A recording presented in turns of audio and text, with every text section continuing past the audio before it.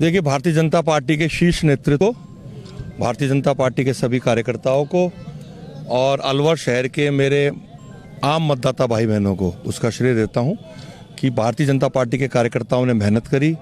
मतदाता भाई बहनों ने नरेंद्र भाई मोदी के नेतृत्व में विश्वास जताते हुए भारतीय जनता पार्टी को विजयश्री प्रदान करी और भारतीय जनता पार्टी ने अपने 35 साल पुराने कार्यकर्ता पर विश्वास जताते हुए मंत्रिमंडल में स्थान दिया। उसके लिए आदरणीय नरेंद्र मोदी जी को, आदरणीय अमित शाह जी को, आदरणीय जेपी नड्डा साहब को, हमारे माननीय मुख्यमंत्री आदरणीय भजन लाल जी को, हमारे प्रदेश के अध्यक्ष आदरणीय सीपी जोशी साहब को, संगठन मंत्री आदरणीय चंद्रशेखर जी भाई साहब को और पार्टी के सभी शीर्ष नेतृत्व को मैं मेरी ओर से हार्दिक धन्यवाद और अलवर शहर की जनता की ओर से विशेष धन्यवाद देना चाहूँगा कि लोकतंत्र की स्थापना के बाद अलवर शहर में जो भी जनप्रतिनिधि बना है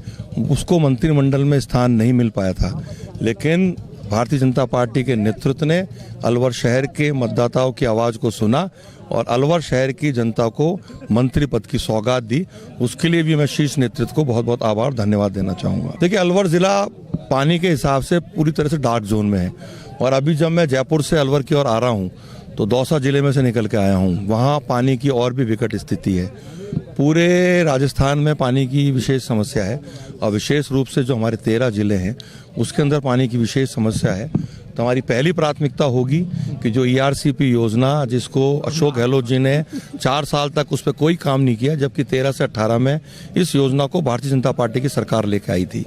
और 4 साल तक कुछ किया नहीं। आखिरी वर्ष में उन्होंने राजनीति करी, भारतीय जनता पार्टी को कटघरे में खड़ने का प्रयास किया, जिसका परिणाम ये हुआ कि राजस्थान की जनता ने उनकी तमाम साजिशों को नकारते हुए भारतीय जनता पार्टी को मैंडेट देते हुए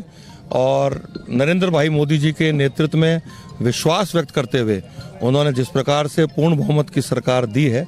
और अभी सरकार को बने हुए 1 माह भी नहीं हुआ और मुझे बताते हुए खुशी है कि राजस्थान सरकार और मध्य प्रदेश सरकार के अधिकारियों के बीच में वार्ता हुई है, समझौता हुआ है। केंद्र ने आदरणीय नरेंद्र भाई मोदी के नेतृत्व में ये तय किया है कि 90% की राशि केंद्रांश जो भारत की सरकार देगी, 10% की राशि राजस्थान सरकार देगी और राष्ट्रीय योजना के रूप में ERCP को स्थापित करके बहुत जल्दी इस योजना पर काम शुरू होगा और मुझे पूरा विश्वास है कि आने वाले समय में ERCP योजना परवान चढ़ेगी, पूरी होगी और जो समस्या 13 जिलों में पानी की विशेष समस्या है उससे हमको निजात मिलेगा। कि मैंने उस योजना के लिए लगभग पूरा 1-1.5 साल संघर्ष किया, चाहे विधानसभा का सदन हो, चाहे अलवर शहर की सड़कें हों और उसका परिणाम भी आया और मुझे बताते हुए खुशी है कि एक जलदाय विभाग की एक बड़ी कमेटी है, उस कमेटी ने अपनी सहमति उस योजना को दे दी है और वो योजना फाइनेंस विभाग में, वित्त विभाग में लंबित है और मैं माननीय मुख्यमंत्री जी से आग्रह करूंगा कि आने वाले बजट सत्र में या उससे पहले, क्योंकि वो 38 करोड़ की योजना है और हम प्रयास करेंगे कि आने वाले बजट सत्र में 38 करोड़ की योजना को राज्य सरकार अपनी अनुमति प्रदान करे, सहमति प्रदान करे तो निश्चित रूप से अलवर शहर की पानी की समस्या को निजात मिलेगा। साथ ही साथ जो जयसमंद बांध, जिसमें पानी, क्योंकि बरसात भी कम हो रही है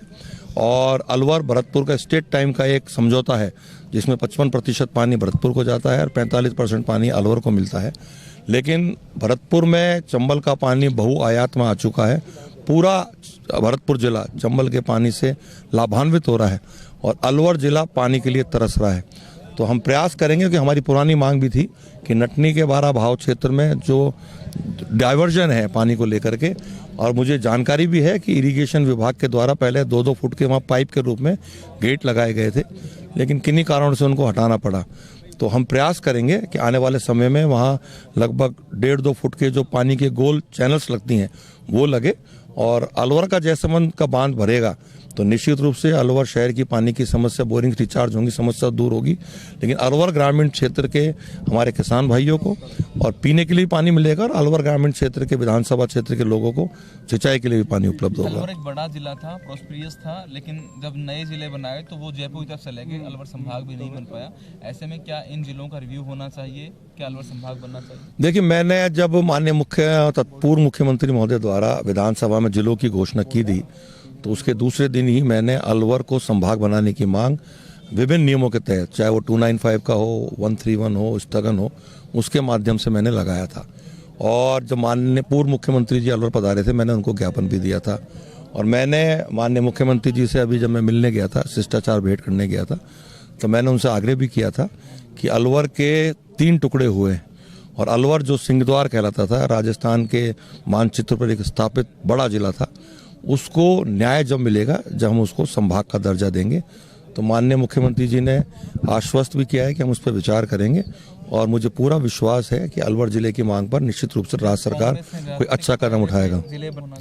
देखिए, कांग्रेस ने एक पंचायत, ग्राम पंचायत को भी जिले के रूप में स्थापित कर दिया, 2 विधानसभाओं के जिलों को भी जिले के रूप में स्थापित कर दिया। तो उसमें जहां उस क्षेत्र की जनता को तो फायदा मिला है,